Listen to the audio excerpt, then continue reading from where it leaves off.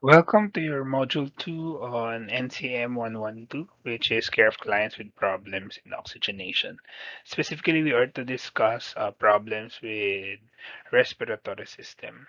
Earlier, you have learned and reviewed the anatomy and physiology of the respiratory system, as well as the acid-base balances with the identification of metabolic and or respiratory acidosis and alkalosis. This time we are to discuss common respiratory problems, including their management and interventions. And hopefully at the end, you will be able to identify some of the nursing diagnoses that are applicable for each problem.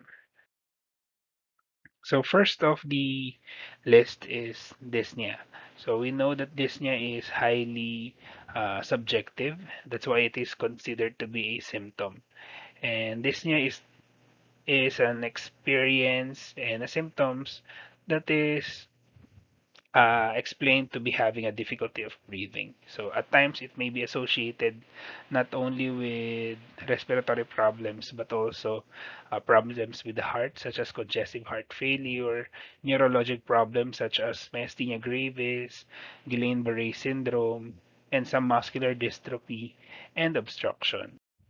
So what should be initiated to patients experiencing dyspnea? Since dyspnea is a condition of difficulty of breathing, we would like to expand the lung more. So giving space for the lungs expansion may be a good intervention to perform to the patient. That's why we have to first position the patient in a Fowler's position, which will promote maximum lung expansion and, of course, promote comfort. An alternative position may be done if the patient cannot tolerate Fowler's position is an orthopnic position. So remember that orthopnic position is when you place patient in a leaning forward position with maybe a table or a pillow of 2 to 3 uh, in front. So we may administer oxygen therapy to your patient via nasal cannula, and it is safe for us to start nurses with 2 to 3 liters of oxygen delivered via nasal cannula. We have to promote also comfort and maybe distractions to your patient to manage the dyspnea. So another common complaints of your patient is your coughing and sputum production. So we all know that cough is a normal reflex of the body to remove either a foreign material or any other exudates coming from the respiratory tract. So it may be accompanied or not accompanied with sputum production. So sputum production has many stimuli. If in case we may identify problems caused by bacterial infection, viral. So if it is bacterial, such as in those patients having bacterial pneumonia, the sputum may be thick, yellow, green, or at times rusty in color. In cases of profuse, pink, and frothy, those with bubbly uh, sputum are cause of your pulmonary edema. At times, sputum may be scanty, pink tinged because of the presence of blood and mucoid. It may be an indication of a lung tumor. So, what could be the general nursing interventions are to provide adequate hydration. So, if in case we may be thinning the mucus from the respiratory tract, therefore allowing the patient to expel or expectorate easier the sputum. Administer aerosolized solutions. So this may help other than thinning the sputum is that it may also humidify the throat and the upper respiratory tract of the patient. Advise smoking cessation also aids in the cessation of coughing reflex. So Take note that it does not only uh, seeks to advise the reduction of the number of sticks of smoke, but rather complete cessation or avoidance of the smoking cigarettes. And of course, oral hygiene. We would like to prevent further infection, such as pneumonia, because of the multiplication of microorganisms onto the mouth of patient. Another sign that may be seen in patients with problems in the respiratory system is cyanosis. We all know that cyanosis is a bluish discoloration of the skin, which may be a lead indication of hypoxia. Okay? It appears when the unoxygenated hemoglobin roams around the body. It can be classified to either a central cyanosis or a peripheral cyanosis. When we say central cyanosis, it can be observed, or the color may be observed on the undersurface of the tongues and the lips. And of course, onto the peripheral cyanosis are found onto the peripheral tissues, such as those in the nail beds and on the earlobes. Interventions that may be performed for cyanosis is that we have to go back to the nursing process, which is to first assess your patient's condition. We check if the patient is having a patent airway, because one of the most common cause of cyanosis, especially in children, but also in adults, is foreign body obstruction. For example, while they are eating, a food dislodge over the trachea. So oxygen therapy, by the way, we check the airway patency, both in the nose and the mouth of the patient. Oxygen therapy may also be provided if in case the specific problem is not of the foreign body obstruction. So it is safe to administer about 2 to 3 liters per minute via nasal cannula. We have the position patient if in case uh, that positioning is a problem that leads to the depletion of the oxygen supply.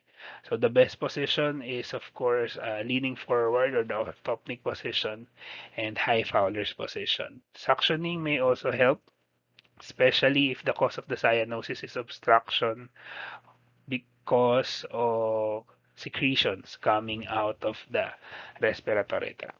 Chest physiotherapy aids in the dislodgement of these secretions, therefore allowing the patient to expectorate more, or at times for the healthcare providers, especially the nurses, to suction and remove the exudates. We also have to check for gas poisoning. So if in case carbon dioxide poisoning can be identified by taking the patient's arterial blood gases. We have to measure, of course, also an increase in the hemoglobin levels of the patient. Why? Because hemoglobin levels increase, or what we call as polycythemia, may be an indication of a compensation of the body to increase the oxygen supply all over the body. Another one is your hemoptysis. Hemoptysis is an expectoration of blood from the respiratory tract. Most common causes are your pulmonary infections like your tuberculosis. At times, it may be seen in patients with lung cancer, bronchitis, and pulmonary embolism. However, it is not only seen in those patients with respiratory problems, but also those of the gastric ones. So, example would be your bleeding from the stomach because of high acidic pH, and or those patients with gastric ulcer. At times, you may be seeing presence of coffee ground materials. Coffee ground materials are like coffee grounds present in the uh, gastric enzymes. Okay, so interventions for hemoptysis, we have to keep the patient's airway patent to prevent, of course, aspiration and leading to another problem. So, since patient may be vomiting or vomiting blood or any other content such as gastric content with blood, it may be dislodged onto the respiratory tract, leading to other problems. So first we have also to determine the cause of the problem. So if in case we may be treating the problem, for example, a problem of gastric ulcer. So we have to administer drugs to manage a gastric ulcer, preventing further or another occurrence of hemoptysis. Suction and of course oxygen therapy should be on a standby. And if in case the bleeding doesn't stop, we may be administering drug in a form of your tranexamic acid or your hemostat. Epistaxis. So epistaxis is a bleeding from nose caused by rupture of tiny descended blood vessels in the mucous membrane. Remember that the nose has the smallest blood vessels. Okay, these are your, of course, capillaries. So capillaries may rupture since they are very tiny and is only single layer. So most common site of epistaxis or bleeding of the nose is the anterior septum. What could be the causes of epistaxis? First is of course trauma. Patient may be experiencing head bump or for example mauling, okay, that may cause bleeding of the nose. At times infection. For example, in cases of having dengue fever. So patients may be prone to bleeding. Hypertension also because of the increase in the pressure of the blood to the capillaries, therefore leading to the rupturing of the blood vessels. Other conditions such as blood dyscrasias, nasal tumor, and of course other diseases that may lead to the bleeding of the nose. What should we do if in case a patient of you experience nose bleeding or a family member of you experience nose bleeding? Before we know, or sometimes we were taught before that we have to place patient on a leaning backward position while the head is tilted up. So that practice could be erroneous because this may pose a threat to the patient of swallowing the blood if in case, no, and leading to aspiration. What we have to do is that we position the patient upright in a sitting position, asking them to leaning forward so that if in case the blood may still run, it will just flow through down. And of course, tilted. This prevents swallowing and aspiration of the blood. We may apply direct pressure to the nose. Pinch the nose against the middle septum for about 5 to 10 minutes or until the bleeding stops. Take note that the patient may be or should be breathing through the nose. That's why a patient is more prone of aspiration. So ask the patient to inhale and exhale through the nose since you are pinching, through the mouth since you are pinching the nose. If still unrelieved, we may apply topical vasoconstrictors, silver nitrate, and at times in a form of gel foams. Assist patient in surgical procedures such as your electrocautery and nasal packing for posterior bleeding. So electrocautery and nasal packing, since it is part of the ENT or the ears, nose, throat, uh, a surgeon specializing in these three should be performing the procedure or what we call also as otolaryngologist. Let's go to other conditions of the upper airway. So first would be infection. We may be discussing these three, your rhinitis, sinusitis, and pharyngitis.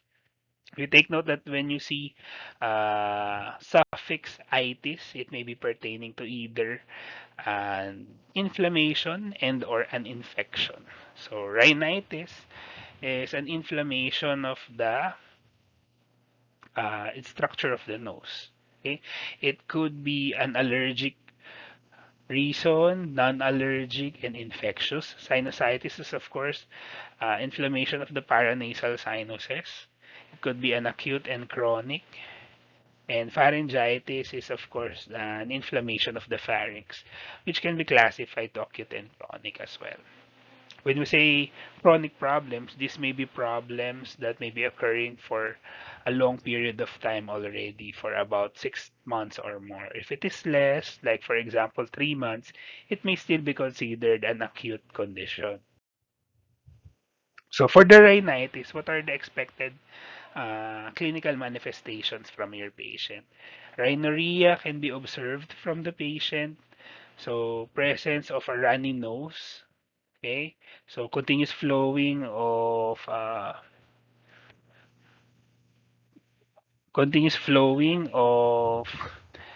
fluid secretions onto the nose of the patient. Nasal congestions, which may be uh, contributing to the a distorted sound or voice of the patient, nasal itchiness, sneezing, and at times headache. Sinusitis is, of course, an inflammation and infection of the paranasal sinuses. We take note that the nasal sinuses are of four types. These are your frontal sinus, ethmoidal sinus, sphenoid, and of course your maxillary. These sinuses are found onto the facial structure. That's why we may be expecting or seeing patients complaining of facial pain other than headache. So tenderness over the paranasal sinuses may be observed, especially when palpated. There could be purulent nasal discharges if in case uh, an infection, specifically bacterial infection, may be present. Ear pain, headache, and dental pain. And of course, anosmia or decrease in the sense of smell. Pharyngitis or the inflammation of the pharynx or the pharyngeal wall is that patient may be expected to have a fiery red pharyngeal membrane. So when we ask the patient to open mouth and looking onto the pharyngeal wall, uh, it is expected normally that the pharyngeal wall are pink in color, but when there is presence of pharyngitis, there could be red discoloration.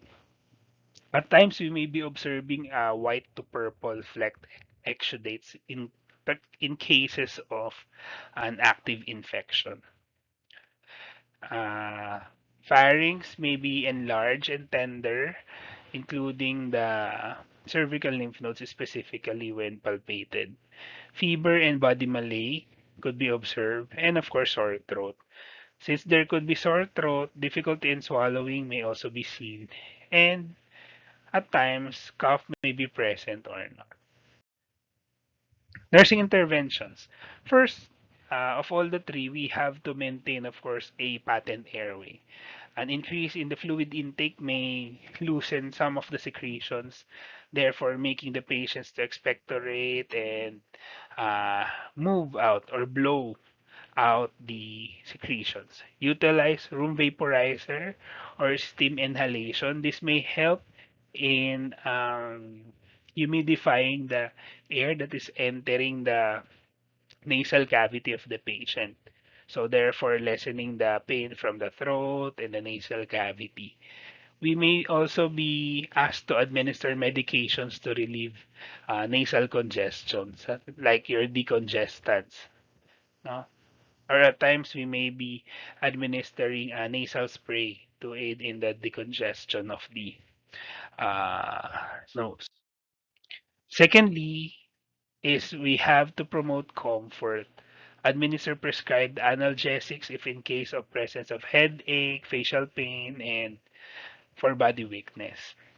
Warm gargles for the relief or sore throat if presence. Uh, if you can remember, maybe your parents or grandparents ask you before to gargle lukewarm water with salt. It may also aid in decreasing the inflammation. The salt may help in the decreasing inflammation of the pharynx, and the warm water relieves the pain. So we may also utilize antiseptic gargles such as your hexetidine or those with povidone iodine solutions. Oral hygienes are necessary so that we may be preventing further infections of the respiratory tract because of accumulation of microorganisms in the secretions, especially in the oral cavity. Thirdly, we have to promote communication since uh, respiratory system is not only for uh, respiration or oxygenation, but also it aids in the phonation, communication. So we have to instruct patient to refrain from speaking as much as possible, specifically if they are experiencing sore throat.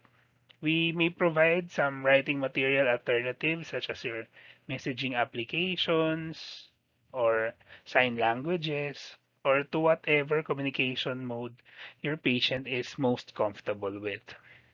Administer prescribed antibiotics, monitor for possible complications like meningitis, otitis media, and abscess formation. Okay, since the upper respiratory tract is very much close to the meninges or the structures of the brain, it may be transferring the infections from the upper respiratory tract to it.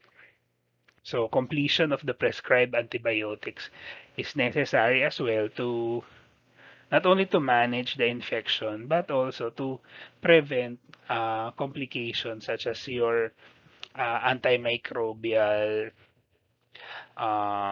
sensitivity or insensitivity.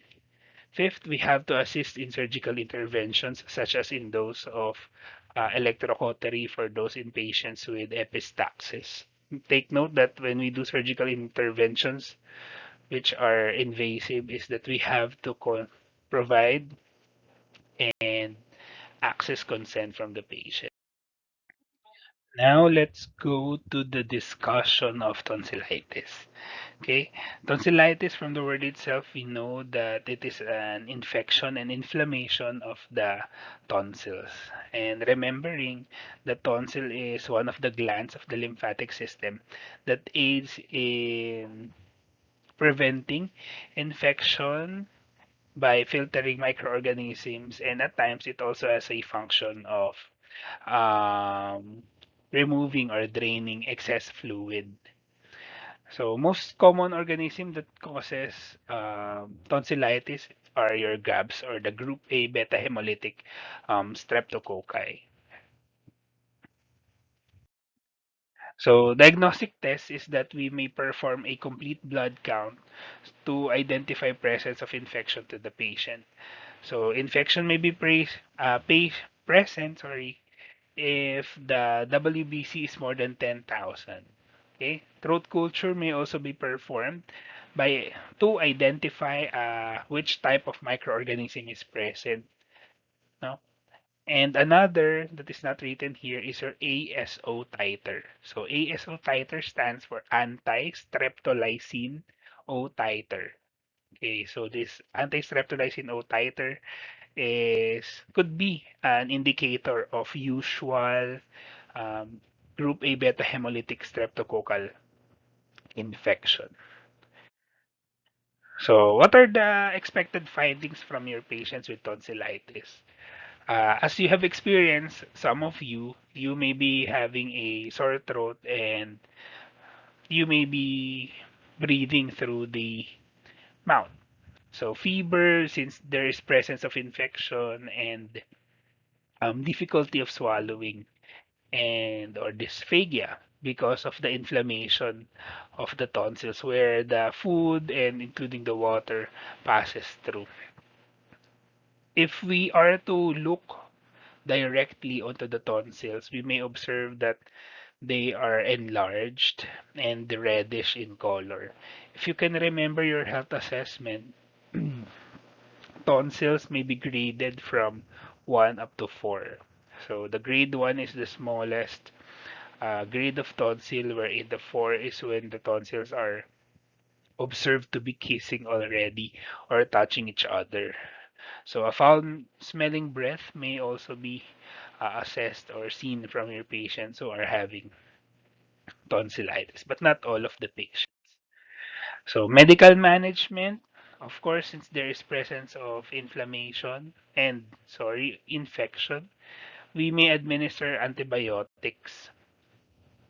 Um, Penicillin could be already effective to your patient, or at times your cephalosporins, if you can remember the first to second generation cephalosporins. For the surgical management, we may perform tonsillectomy for those of the chronic cases and with abscess formation. Tonsillectomy is the removal of the tonsils, no? This may be done to those patients who qualified for the criteria of usually having more than one tonsillitis in a year. With my experience, I have experienced tonsillectomy before since I've been having tonsillitis for about um 3 to 5 times per year, making me be a subject or subjected for tonsillectomy. So nursing interventions for the tonsillectomy pre-operatively is, of course, we have to explain the procedure to the patient. The physician should be the one explaining and gaining the consent of the patient, and as nurses, it's your responsibility to follow up and make sure that the patient understood the instructions and the patient education. So secure consent from the patient and perform routine pre-operative surgical care such as administering pre-operative drugs. For the post-operative care, we have to position the patient to his most comfortable position, which is a prone position. If you may be asking, sir, why it should not be placed in a flat on bed position, since the patient may be, or the patient shall receive a general anesthesia via the endotracheal tube. So patient may be positioned to whatever position uh, he may be safe to be with. Okay, in this case, prone position with the head turned onto the side. In my case, upon waking up, I woke up in a, in semi-Fowler's position.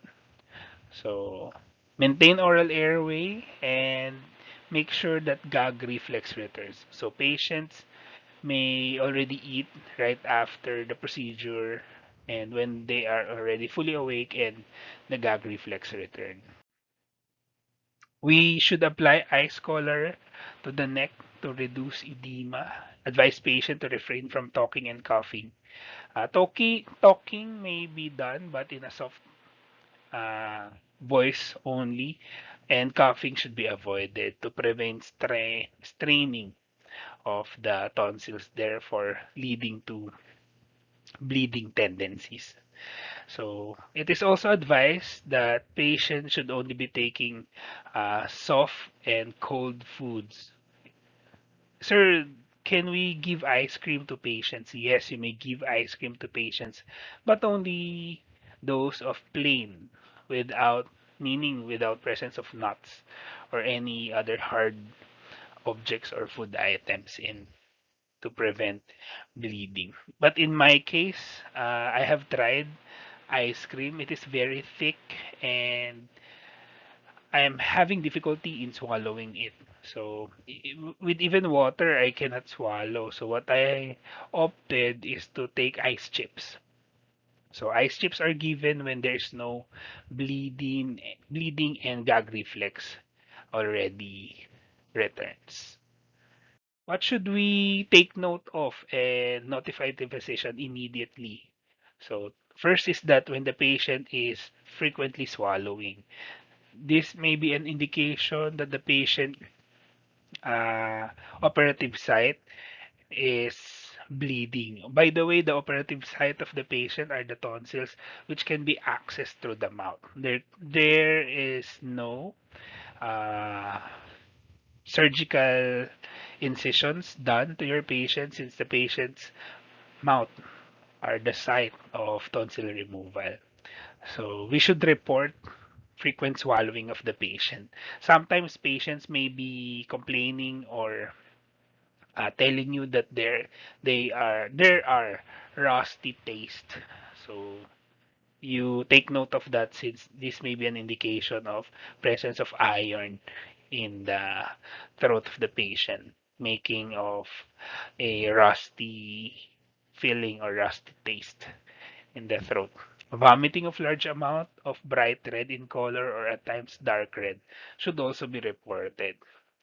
Since we are taking the patient's vital sign, we observe the pulse rate if it will increase, the consciousness of the patient, so restlessness and an increase in the temperature may be an indication of hemorrhage or bleeding.